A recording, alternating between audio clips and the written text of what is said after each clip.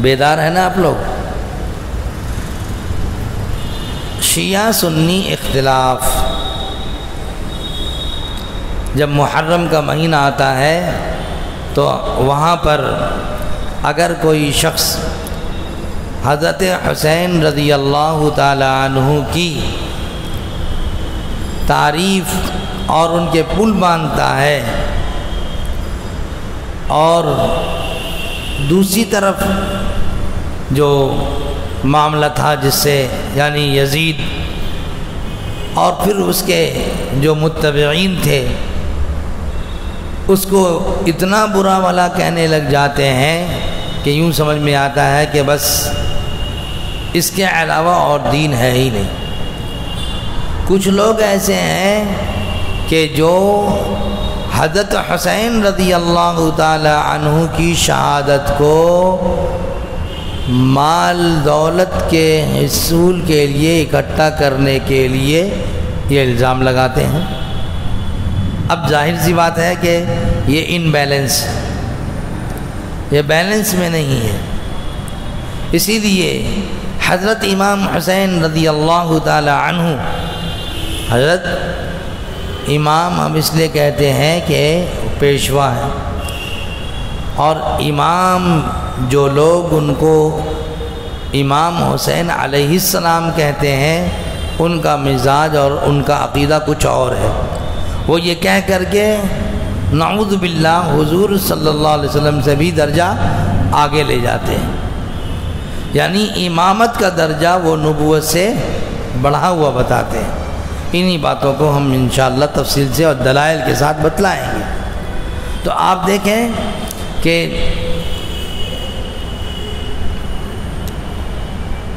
جو لوگ حضرت حسین رضی اللہ تعالی عنہ کی تعریف کے پل باندھتے ہیں وہ دوسروں کو پھر غلط ثابت کرنے کی کوشش کرتے ہیں، اور جو لوگ حضرت حسین رضی اللہ تعالی عنہ کو نعوذ باللہ، ہزار بار نعوذ باللہ، وہ کوفہ جانے اور کربلا میں جانے کا یہ الزام لگاتے ہیں کہ ان کو دولت کی اور ان کو سرداری کی ہوس تھی، اسی لیے یہ آگے بڑھتے گئے، اور ظاہر سی بات ہے کہ قرآن و سنت کو ہی وہ اپنا جو ہے اپنی دلیل بنائیں گے۔ ایسے لوگ ان روایتوں کو اور ان باتوں کو پیش کرتے ہیں کہ دیکھو فلاں فلاں صحابی نے ان کو روکا لیکن وہ نہیں رکے۔ کیا مطلب تھا کہ روکنے کے باوجود وہ چلے جا رہے ہیں، گویا کہ وہ اللہ کے لیے کام نہیں کر رہے، نعوذ باللہ دنیا کے لیے کام۔ ایسے لوگ جو یہ کہتے ہیں وہ رافضی کہلائے۔ وہ کیا کہلائے؟ رافضی کہلائے۔ جن لوگوں نے جو مقام حضرت حسین رضی اللہ عنہ کا تھا وہ مقام سے اٹھا کر اور نعوذ باللہ حضرت حضور پاک صلی اللہ علیہ وسلم سے بھی درجے میں آگے بڑھا دیا، وہ لوگ شیعہ کہلائے۔ اب آگے باتوں کو سمجھیے اور سنیے۔ یہ تو آپ کو اور ہر مسلمان کو علم ہے کہ حضرت صلی اللہ علیہ وسلم اور حضرات ابو بکر و عمر رضی اللہ عنہما کے بابرکت دور میں نظریاتی اختلاف کا کوئی وجود نہیں تھا۔ اختلافات ہوں گے لیکن کون اختلاف محمود اور کون اختلاف مبغوض وہ ہم نے بتا دیا۔ اجتہادی مسائل کے اختلافات محمود ہیں، پسندیدہ ہیں، اور نظریاتی اختلاف مبغوض ہے، ناپسندیدہ ہے۔ تو حضور صلی اللہ علیہ وسلم کے زمانے میں اور حضرت ابو بکر و عمر رضی اللہ عنہما کے زمانے میں نظریاتی اختلاف نہیں تھا۔ کیسے؟ سب کے سب اللہ کو ہی ایک مانتے تھے، اللہ تبارک و تعالی جیسا کسی کو نہیں مانتے تھے۔ بات سمجھ میں آ رہی نا؟ رسول اللہ صلی اللہ علیہ وسلم کو آخری نبی مانتے تھے، لیکن جب نظریہ بدلا تو پھر اختلافات ہوئے، بلکہ پوری امت مسلمہ اختلاف کے وبا سے محفوظ اور کفر کے مقابلے میں ایک جان اور ایک غالب تھے۔ سب کے سب وہی عقیدہ رکھتے تھے جو عقیدہ جناب محمد الرسول اللہ صلی اللہ علیہ وسلم نے دیا تھا، اور جس پر عمل کر کے حضرت ابو بکر صدیق اور حضرت عمر فاروق رضی اللہ عنہ دکھلایا۔ نظریاتی اختلاف کی شروعات پہلی بار سیدنا عثمان رضی اللہ عنہ کے آخری زمانے خلافت میں ہوئی۔ اپنی تاریخ کو یاد رکھیں اور صحیح انداز میں یاد رکھیں تو یہ ہمارے لیے ایمان کی، عقیدے کی سلامتی کا سامان ہے۔ سیدنا عثمان غنی رضی اللہ عنہ کے آخری زمانہ خلافت میں ہوئی، اور یہی شیعہ مذہب کا نقطہ آغاز ہے۔ شیعہ مذہب کی بنیاد یہیں سے چلتی ہے، اور یہی شیعہ مذہب کا نقطہ آغاز تھا۔ پہلے اس کی بنیاد بہت سادہ سی تھی، یعنی حضرت علی رضی اللہ عنہ چونکہ حضرت صلی اللہ علیہ وسلم کے عزیز و قریب رشتہ دار ہیں، اس لیے وہی آپ کی خلافت اور جانشینی کے زیادہ مستحق ہیں۔ حضور صلی اللہ علیہ وسلم کے درمیان، حضرت ابو بکر رضی اللہ عنہ کے درمیان، حضرت عمر فاروق رضی اللہ عنہ کے درمیان ایسا کوئی اختلاف نہیں تھا۔ حضرت عثمان غنی رضی اللہ تعالیٰ عنہ بہت نرم دل تھے، با حیا تھے۔ چنانچہ کتابوں میں آتا ہے کہ حضرت عثمان غنی رضی اللہ تعالیٰ عنہ بہت با حیا تھے، اور آپ کے حیا کا خیال حضور صلی اللہ علیہ وسلم بھی رکھا کرتے تھے۔ چنانچہ معارف الحدیث میں ایک حدیث ہے کہ ایک مرتبہ حضور صلی اللہ علیہ وسلم آرام فرما رہے تھے حجرہ میں، چنانچہ حضرت عائشہ رضی اللہ تعالیٰ عنہ موجود تھی۔ ابو بکر رضی اللہ عنہ آئے، آپ جس حالت میں تھے اسی حالت میں آپ نے ان کو آنے کی اجازت دے دی۔ پھر حضرت عمر فاروق رضی اللہ تعالیٰ عنہ نے اجازت مانگی، آپ نے اسی حالت میں ان کو بھی اجازت دے دی۔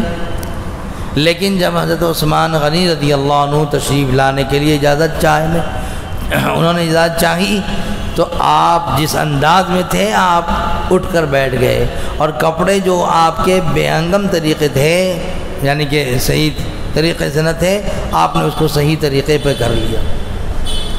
حضرت عائشہ رضی اللہ تعالیٰ عنہ نے اس پر فرمایا جب وہ چلے گئے کہ آپ نے میرے والد کے آنے پر ایسا معاملہ نہیں کیا، اور پھر عمر فاروق رضی اللہ عنہ کے آنے پر ایسا نہیں فرمایا، حضرت عثمان رضی اللہ عنہ ہے تو آپ نے ایسا کیا۔ تو فرمایا کہ وہ بہت باحیا ہے، میں نے ان کی رعایت کی، میں نے چاہا کہ وہ اس کا ہو سکتا ہے کہ جس حالت میں انہوں نے مجھے دیکھا ہوتا تو جس مقصد کے لیے آئے تھے وہ حیا اور شرم کی وجہ سے اپنی بات نہیں کہہ پاتے۔ آدمی کے مزاج کا فرق ہوتا ہے، نہیں ہوتا۔ ایک آدمی کو آپ دیکھیے ذرا سی تنبیہ کر دی جائے وہ کہتا نہیں بھائی آئندہ موقع نہیں دینا ہے، لیکن ایک آدمی کو تنبیہ ہو جائے چلو کوئی بات نہیں، ہوتا ہی رہتا ہے۔ اور آج کل تو یہ سب زیادہ ہو گیا ہے، ہمارے نوجوانوں میں تو دیکھیے شرم حیا اس کو تو انہوں نے اپنے سے الگ کر دیا۔ حضور پاک صلی اللہ علیہ وسلم نے فرمایا اذا فاتک الحیا ففعل ما شئت، جب تم میں سے حیا اور شرم رخصت ہو گئی تو تم جو چاہو کرو۔ آج ہمارے نوجوان کو دیکھ لیجئے، بڑے کا ادب ہے، چھوٹے پر شفقت ہے، یہ سب بے ادبی کیوں ہے؟ اس لیے کہ وقت اور حیثیت ہم نے گھٹا دی۔ ورنہ دیکھیے اب پورے نوجوان ایسے نہیں ہیں یا پوری دنیا ایسی نہیں ہے، بلکہ فرق ہے۔ بعض نوجوانوں کو دیکھیے بڑے شرمیلے ہیں، ان کو اپنی عزت اس طریقے سے پیاری ہوتی ہے کہ جن کے سامنے ان کی عزت بنی ہوئی ہے وہ چاہتے ہیں کہ بھائی میری عزت قائم رہے. ہوتا کہ نہیں ہوتا؟ اس کو اور سمجھیے، کوئی معاملہ آیا کہیں پر اور اس کو جیل کی سلاخوں میں ڈال دیا گیا. اس نے جرم کر رکھا ہے، لیکن مجرم بھی ایک طرح کے نہیں ہوتے، کئی طرح کے ہوتے ہیں. ایک کو ذرا سی سزا ملی، اس کو تنبیہ ہو گئی اور آئندہ کے لیے اپنے آپ کو بچا لیا کہ بھائی آئندہ ہم کو نہیں کرنا ہے. یہ بہت بڑی رسوائی کا سامان ہے. لیکن بعض ایسے جری ہوتے ہیں کہ ان کا معاملہ وہ آگے بڑھ جاتا ہے، یہاں تک کہ جیل کی سلاخوں میں چلے جاتے ہیں اور وہاں پر ان کے لیے جو فیصلے ہوتے ہیں وہ سب اس پر ان کے کوئی بل نہیں آتا. ان کو سزائیں دی جاتی ہیں کہ وہ تنبیہ ہو جائے، وہ پھر بھی نہیں ہوتا. اب تو آپ دیکھیں یہی معاملہ حضرت عثمان غنی رضی اللہ عنہ پر. حضرت عثمان غنی رضی اللہ تعالی عنہ نے ہمیشہ اس بات کا خیال رکھا ہے کہ میری وجہ سے کوئی خون خرابہ نہ ہو مدینہ منورہ کے اندر. کہیں ایسا نہ ہو کہ کل قیامت میں ہماری گرفت اور پکڑ ہو جائے کہ تمہاری وجہ سے کیوں خون خرابہ ہو. تو بہرحال حضرت عثمان غنی رضی اللہ تعالی عنہ کے زمانے میں ایک شخص تھا، جو بات آگے آئے گی، عبداللہ ابن سبا یہودی تھا، اور وہ جو ہے ایمان لایا، اور ایمان لا کر اس نے فتنہ شروع کر دیا. حضرت عثمان غنی رضی اللہ تعالی عنہ کے زمانے میں، آخر زمانے میں وہ اور زیادہ فتنہ پیدا کرنے لگا. فتنہ کیا کیا؟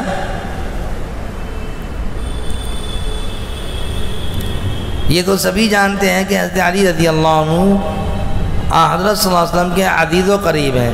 اس لیے اب یہ نظریہ اس نے دیا کہ اسی لیے وہی آپ کی خلافت اور جانشینی کے زیادہ مستحق ہیں.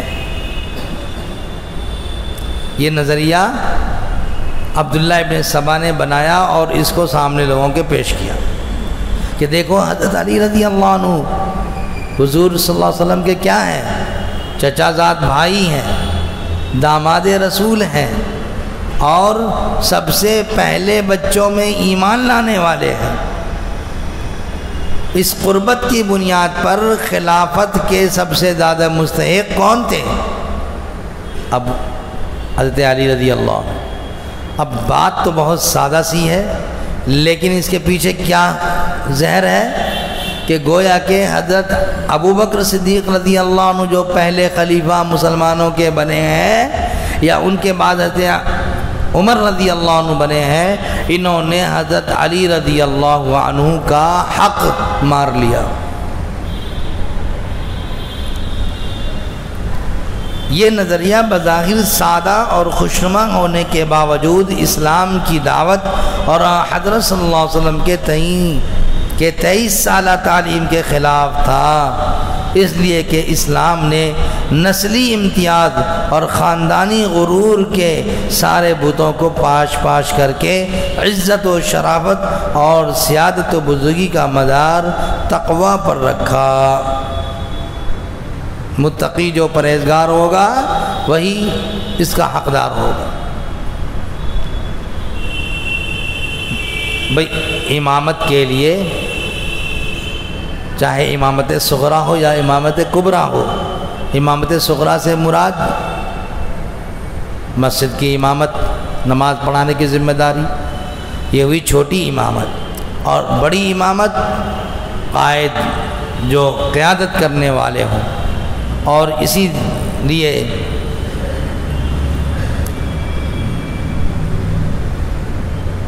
تمام علاقے کے لوگوں کو اس نہج پر چلنے کی دعوت دینا اور اس پر لگانا، اس کے لیے طاقت کا استعمال کرنا پڑے تو طاقت کا استعمال کرنا، یہ ہے امامت کبرا.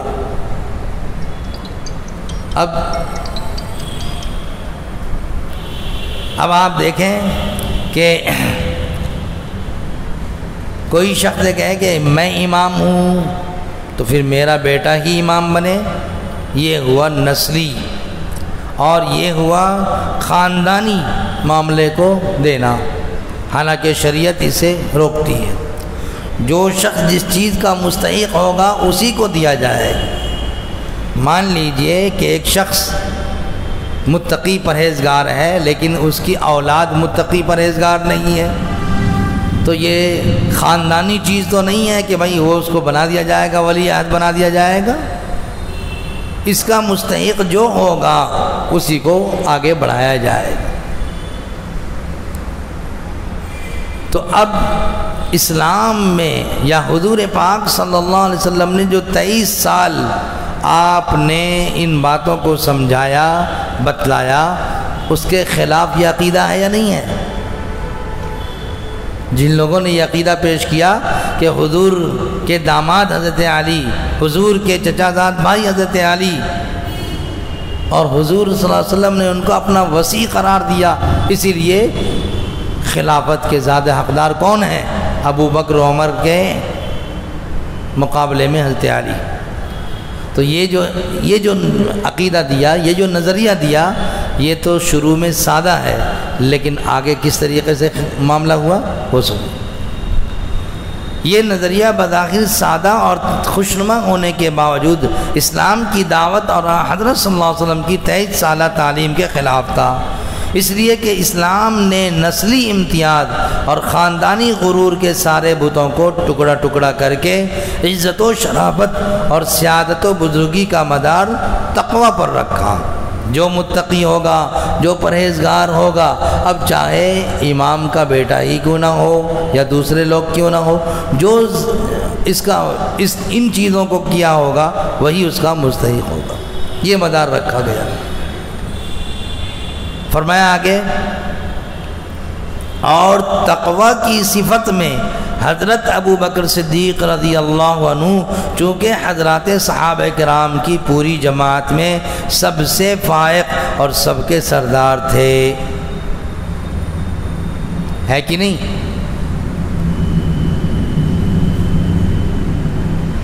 حضرت ابو بکر صدیق رضی اللہ عنہ کے بارے میں ہم مسلمانوں کا عقیدہ یہ ہے کہ تمام انسانوں میں، انبیاء کے بعد، نبیوں کے بعد، تمام انسانوں میں سب سے افضل جو انسان ہیں وہ ہیں سیدنا ابو بکر صدیق رضی اللہ عنہ۔ کیوں یہ کہتے ہیں ہم؟ اس لیے کہتے ہیں کہ قرآن میں ان کے تقوی کی دلیل موجود ہے۔ اب دیکھیے آگے، اس لیے کہ قرآن مجید کی سورۃ اللیل میں انہی کو الاتقا یعنی سب سے زیادہ متقی فرمایا گیا ہے۔ قرآن میں سب سے زیادہ متقی جس کو کہا گیا ہے وہ کون ہے؟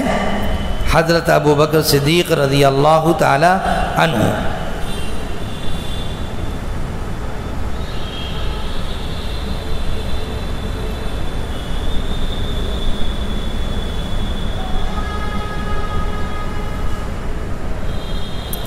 وَسَيُجَنَّبُهَا الْأَتْقَى، قرآن کی آیت ہے وَسَيُجَنَّبُهَا الْأَتْقَى، اور یہاں اتقا سے مراد حضرت ابو بکر صدیق رضی اللہ تعالی عنہ ہے۔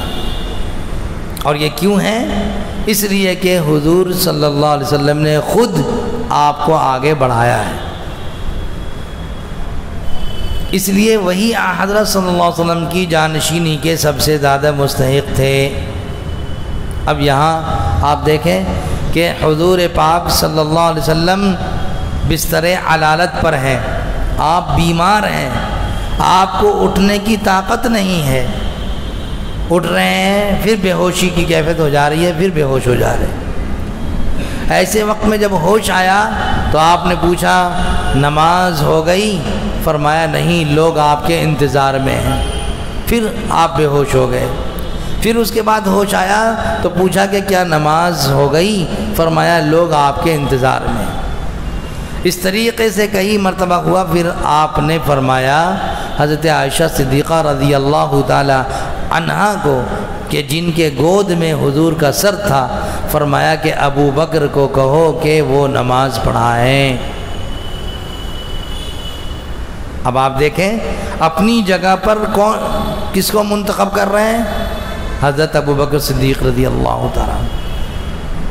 چہیتی بیٹی کے شوہر کو کہہ سکتے تھے، لیکن یہاں جس چیز کی محنت جناب محمد رسول اللہ صلی اللہ علیہ وسلم نے کی تھی، لوگ پہلے کہتے تھے کہ دیکھو حضور نے تو اپنے داماد کو ہی اپنا خلیفہ بنایا۔ یہ الزام آتا ہے نہیں آتا؟ تمام دنیا تو یہی کر رہی تھی، بادشاہ کا بیٹا ہی بادشاہ بنے گا، چاہے وہ اس لائق ہو یا نہ ہو۔ لیکن رسول اللہ صلی اللہ علیہ وسلم نے ایسا نہیں فرمایا، بلکہ تقوی کو اور پرہیزگاری کو آپ نے معیار بتلایا، اور قرآن میں جو آیت آئی، یہاں تک کہ حضرت عائشہ رضی اللہ تعالیٰ عنہ فرمانے لگی کہ اللہ کے رسول میرے ماں باپ آپ پر قربان ہو، آپ کی جگہ حضرت ابوبکر صدیق رضی اللہ عنہ کھڑے ہونے کی طاقت رکھیں گے؟ یار غار تھے نا، اور کتنے نرم دل تھے، لیکن حضور پاک صلی اللہ علیہ وسلم نے اس وقت حضرت عائشہ رضی اللہ تعالی عنہا کو ڈانٹ کر فرمایا کہ میں نے جو بات کہی ہے وہ کہو اور کرو۔ آپ اس سے اندازہ لگا سکتے ہیں کہ آپ صلی اللہ علیہ وسلم کا منشا یہ ہے کہ میرے بعد میری نیابت کرنے کے لیے ابوبکر۔ اسی طریقے سے آپ صلی اللہ علیہ وسلم کی حدیث موجود ہے، آپ نے فرمایا میری پیروی کرو، میرے طریقے پر چلو، اور میرے خلفائے راشدین کے طریقے پر چلو۔ خلفائے راشدین میں جب نام لیا جاتا ہے تو پہلے ابو بکر کا، پھر عمر کا، پھر عثمان کا، پھر علی رضی اللہ عنہ مجمعین کا۔ تو فرمایا کہ حضرت صلی اللہ علیہ وسلم کی جانشینی کے سب سے زیادہ مستحق تھے۔ کوفہ کی جامع مسجد میں حضرت علی رضی اللہ عنہ سے برسر منبر یہ سوال کیا گیا کہ آپ لوگوں نے حضرت ابوبکر رضی اللہ عنہ کو حضرت صلی اللہ علیہ وسلم کے بعد خلیفہ کیوں بنایا؟ ابوبکر رضی اللہ عنہ کا دور ختم ہوا، عمر رضی اللہ تعالیٰ عنہ کا دور آیا، وہ بھی ختم ہوا، حضرت عثمان رضی اللہ تعالیٰ عنہ کا دور آیا، وہ بھی ختم ہوا، اس کے بعد چوتھے خلیفہ کون بنے؟ حضرت علی رضی اللہ عنہ۔ جب آپ کوفہ میں تشریف لے گئے وہاں کی جامع مسجد میں، تو وہاں پر لوگوں نے آپ سے یہ پوچھا کہ آپ نے ابو بکر کو اپنا خلیفہ کیوں بنایا؟ تو حضرت علی رضی اللہ عنہ جواب میں فرمایا کہ دین کے کاموں میں سب سے اہم تر نماز ہے۔ دین کے کاموں میں دیکھیے کلمہ کے بعد سب سے بڑا درجہ کس کا ہے؟ نماز ہے نا۔ حضور نے فرمایا بنی الاسلام علی خمس، اسلام کی بنیاد 5 چیزوں پر ہے، شہادت ان لا الہ الا اللہ وان محمد رسول اللہ، ایک اللہ کے ہونے کی گواہی دینا اور رسول اللہ صلی اللہ علیہ وسلم کی رسالت کی گواہی دینا۔ اس کے بعد کیا فرمایا؟ وتقیم الصلاۃ، نماز کو قائم کرنا۔ تو اہم الفرائض نماز ہے۔ حضرت صلی اللہ علیہ وسلم نے اپنے مرض الوفات میں حضرت ابوبکر صدیق رضی اللہ عنہ کو ہی ہمارا امام نماز بنایا تھا، جیسا کہ میں نے بھی عرض کیا، باوجود یہ کہ میں وہاں موجود تھا۔ حضرت علی رضی اللہ عنہ کیا فرماتے ہیں؟ میں وہاں موجود تھا، اس کے باوجود حضور صلی اللہ علیہ وسلم نے حضور صلی اللہ علیہ وسلم کو میری موجودگی کا علم بھی تھا کہ میں وہاں موجود ہوں، مگر اس کام کے لیے آپ نے مجھے یاد نہیں فرمایا، بلکہ ابو بکر رضی اللہ عنہ کو حکم فرمایا کہ لوگوں کو نماز پڑھائیں۔ بس حضرت صلی اللہ علیہ وسلم نے جس شخصیت کو ہمارے دین کی امامت کے لیے منتخب فرمایا تھا، ہم نے دنیا کی امامت و قیادت کے لیے بھی اس کو چن لیا۔ یہ جواب کس نے دیا؟ حضرت علی رضی اللہ تعالی عنہ۔ آج جو یہ کہتے ہیں کہ دمادم مست قلندر علی کا پہلا نمبر، یہ کہنے میں بڑا اچھا لگتا ہے، سننے میں بڑا اچھا لگتا ہے، لیکن اس کے پیچھے کیا حقیقت ہے؟ وہ یہ ہے کہ حقیقت میں حضرت علی رضی اللہ عنہ کا پہلا نمبر تھا اور لوگوں نے اس حق کو غصب کر لیا۔ یہی ہے یہ اختلاف شیعہ اور سنی کا۔ یہ اختلاف اجتہادی اختلاف نہیں ہے، یہ نظریاتی اختلاف ہے۔ باقی باتیں انشاءاللہ اگلے درس میں ہوں گی۔ مقصد یہ ہے کہ ہم سمجھیں ہم کیسے مسلمان ہیں، ہمارا اسلام سے کیسا تعلق ہے۔ محرم کا مہینہ آئے اور جناب بنے بنائے رسم و رواج کو، گڑھے ہوئے رسم و رواج کو ہم اور ہمارے نوجوان اور ہمارے گھر کی عورتیں، ہمارے بچے بوڑھے سب کریں اور ہم سمجھنے کی کوشش نہ کریں، ہم کیسے مسلمان ہیں؟ آخر رسول اللہ صلی اللہ علیہ وسلم کا سامنا ہوگا حضور کے اور حضور کے گھر والوں یعنی اہل بیت کا حوالہ دے کر ہمارے ایمان کو ہم کو ہمارے ایمان سے کس طرح دور کیا جا رہا ہے اس کو سمجھنے کی ضرورت ہے۔ بھئی بات سمجھ میں آ رہی ہے؟ اللہ تعالی ہمیں سمجھنے کی توفیق عطا فرما دے۔ باقی انشاءاللہ باتیں آگے آئیں گی۔ سبحان اللہ بحمدہ، سبحان اللہ العظیم۔ بھئی عطر لگا دیجئے۔ درس شروع ہونے سے پہلے ہمارے پاس